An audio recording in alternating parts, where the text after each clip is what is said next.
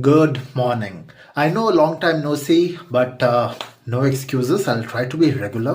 आज मैं एक बहुत ही कंट्रोवर्शियल टॉपिक लेके आया हूँ.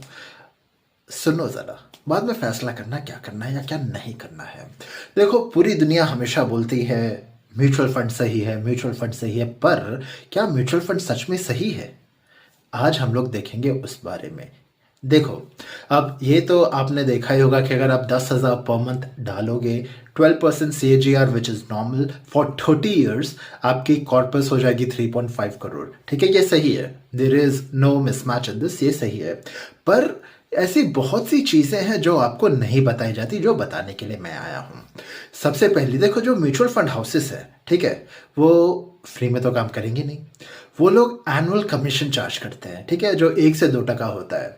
हम लोग खाली एक 1% का लेते हैं, ठीक है. अब जो ये 30 साल का ड्यूरेशन है, म्यूचुअल फंड हर साल आपके वैल्यू के ऊपर, जो कॉर्पस का फेस वैल्यू है, उसके ऊपर 1% कमीशन काटेगी.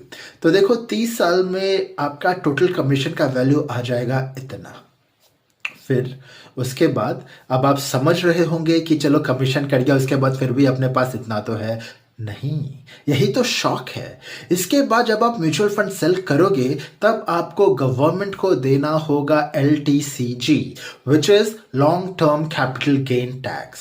जैसे मैं हमेशा कहता आया हूं, टैक्स देना आपका जन्मसिद्ध अधिकार है. अगर आप नहीं दोगे तो गवर्नमेंट आपसे ले लेगी. As simple as that. तो 12.5%, 12.5% LTCG long term capital gain tax निकालने के बाद आपकी वैल्यू बच जाती है इतनी. अब आप मन ही मन मुस्कुरा रहे होंगे, मुस्कुरा कर रहे होंगे, सोच रहे होंगे, कंफ्यूज, ओवरवेल्म्ड कि यार ये क्या हो गया. असली शौक आने वाला है. अब क्या होगा, देखो, ये जो वैल्यू आपको दिख रही है ना, ये है 30 साल के बाद, अभी नहीं. इन्फ्लेशन एक बहुत ही पावरफुल टूल जो आपका पैसा खाने में एक्सपर्ट है. तो जो ये आप पैसे देख रहे हो ना, 30 साल के बाद इसकी क्या वैल्यू होगी, वो रही ये. समझ रहे हो आप?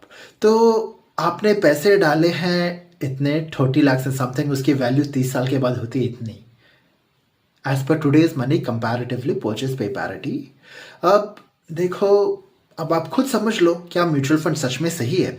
जितने भी बड़े बड़े इन्वेस्टर्स हैं, जो राकेश झुंझुनवाला थे या विजय केडिया है या राधा किशन दमानी है, खैर उनका तो बिजनेस है, बट म्यूचुअल फंड में कोई इन्वेस्ट नहीं करता. क्या आपने कभी सुना उनको कहते हुए ये म्यूचुअल फंड में मैं पैसे डालता हूँ? ना, they do it in individual stocks. खैर, मेरा काम था बताना, मैंने आपको बता दिया. अब आगे फैसला आपका है, आपको क्या करना है. Till then, have a good day. Bye bye.